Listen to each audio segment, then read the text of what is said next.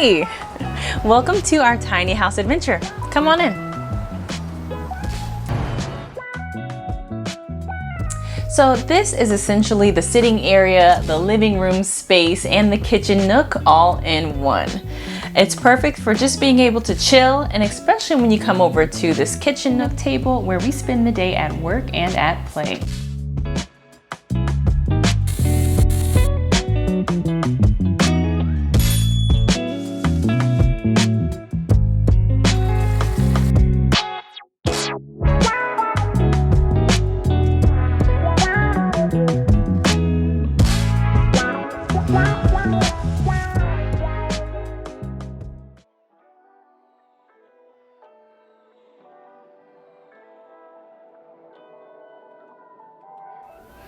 Here is the kitchen. Man, what I really love about the kitchen is that it has this kind of butcher block countertop that's really long, longer than I would have expected, but it's a perfect fit for this tiny home. And in this space, there's lots of storage. There's the silverware in this drawer, plates, cups, things that you need here. The pots are down below. We have a storage space under the sink, which is nice, and actually a lot of space to have under the sink. There's also a 2 induction burner stove here that works well. We just used it to heat up some water and make some of our coffee.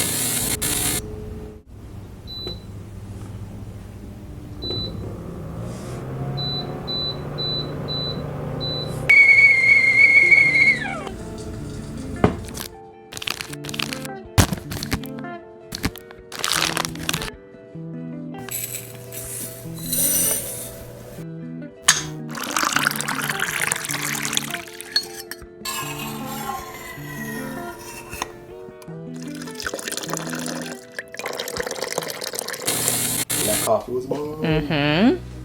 I really like this kind of backsplash accent over here in the shape of a mountain range with the moon or the sun, however you want to take it, peeking out from the back.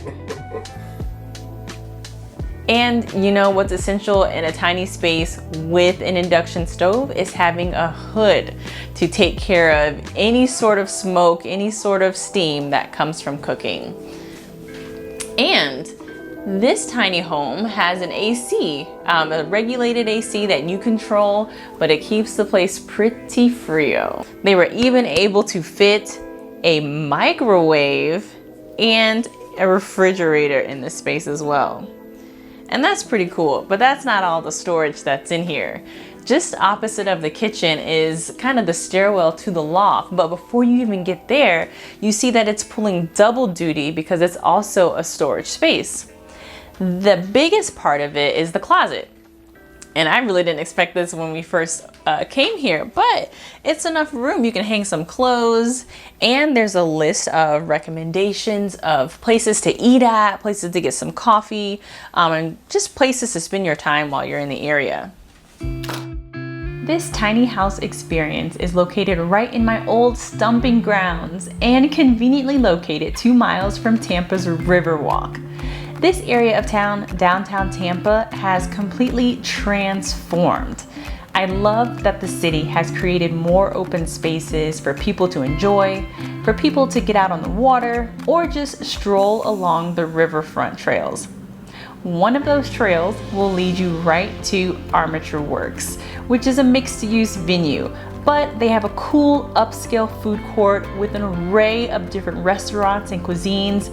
They have a bar and also a lounge. These options can be a little pricey, but for us, it was well worth it. It was really nice to have such cool spaces just a stone's throw from this tiny house. Now, I love some storage space. Look at all of these little kind of cubbies, these drawers that pull out under the stairs. I mean, this is perfect.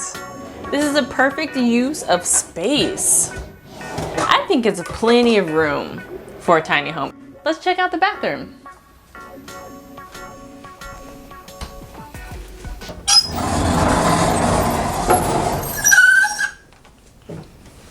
And this is our bathroom. There's a full shower in here. You got your sink, you got your toilet, you have everything you need. Not as tiny as I would have thought, but a great use of space again.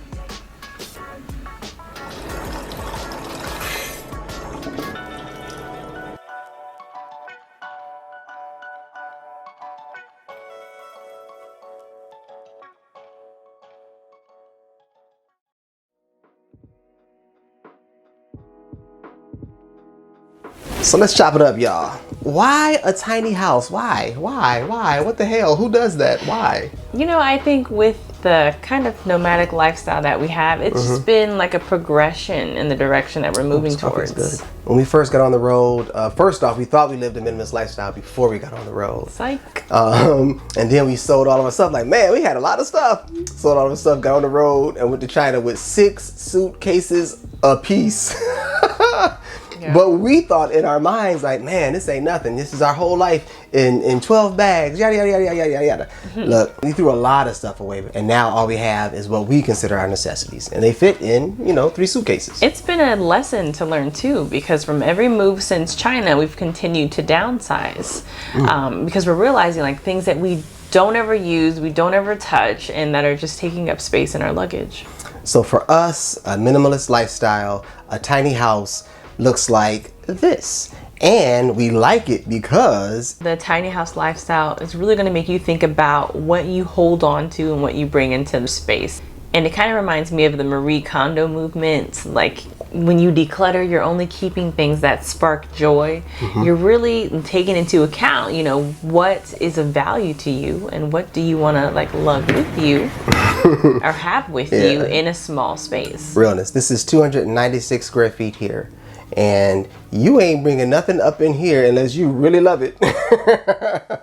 Because it takes up some valuable real estate. So you have to be thoughtful with everything that you do. And you're not gonna have anything around here that you don't want. I'm sure you're gonna have a junk drawer, because we got junk drawers everywhere we go. But some people got like junk drawers, junk garages, junk rooms, you know what I'm saying? But that's something I like about this space, because as we've just been exploring and getting to know this tiny home, we can see all the thoughtful touches that have been placed in here, and we can see how there are things that have doubled in function to be storage spaces as well. Real talk, man. There's so many double entendres floating around here. A drawer that doubles as a shelf, that could double as a seat. Just so many things having double duty, and still, nice looking. You know what I mean? Still unique. Still, I hate to say that word, cute. It is though. I think tiny living is maybe new and up and coming to the States in the past like decade or so, but it's probably prevalent in different parts of the world. Probably. Remember that little tiny apartment we had in Paris? That's true. That was crazy. That's true. Open your shower door, it swings into the hallway. So it's just not, in the States, okay, we're getting used to the idea, we're playing with the idea, but I'm sure we'll be able to find spaces like this all over.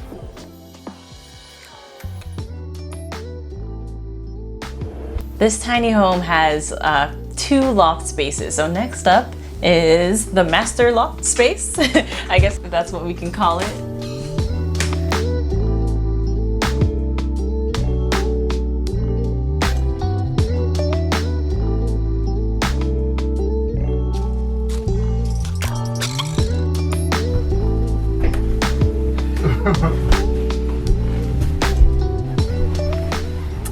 Alright guys, we are in the loft bedroom numero uno. Number 1. This is where we stayed last night. Queen size bed, beautiful views, the stars at night. True, a little light in the corner, and there's also an outlet that has 2 plugs and 2 USB ports. And 2 USB ports. So, you're not gonna get a whole lot of rodeo action up here. Yeah, but the bed is really comfortable. Had a really good night's sleep. The pillows are wonderful. It does get a little frio. The comforter, the sheet, the big blanket that they provided is sufficient, and I don't know, I had a good night last night. Yeah, I slept well. I slept very well. Nice, chic little setup, and we enjoyed it. Yep.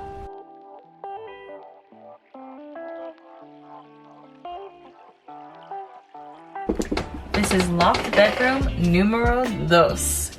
This one is a full-size bed here. It has privacy curtains, And it's also just a cool little space, a little tighter and a little smaller than the loft numero 1, but it also has a little spotlight in here that you can control from upstairs, outlets, and USB ports also. So you can, you know, fit a good 3 or 4 people in this tiny home comfortably.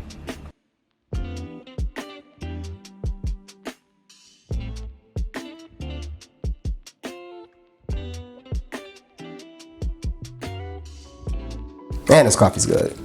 You know, wherever we move, our checklist is still the same for things that we're looking for in the place that we're living. Safe neighborhood, walkable neighborhood, things to do in the neighborhood, and inexpensive. And this place kind of fits the bill, right? Yeah. Well, it's only a few blocks away from Tampa's Riverwalk and Armature Works. And Armature Works is like a collective of different like restaurants and I think maybe a few boutiques that are down by the river. It's a hipster spot. It's a real hipster kind of spot. And it's not just walkable, it's super duper walkable with bike trails and all this other kind of stuff. It's literally, you know, a boardwalk, right? A malecon that's going along the Hillsborough River with lots of cool things to see along the way. The craftsmanship, what do you think? Yeah, the craftsmanship is just really well done. Everything is really like, I don't know, strongly constructed, very sturdy. Everything has a purpose, like you said, and I like it because it's rugged. You got wood beams everywhere, you got strong steel everywhere, solid builds, nothing shaking, everything is really solid. Right. Yeah, man, it's a comfortable stay, a beautiful stay, and a nice area to be in.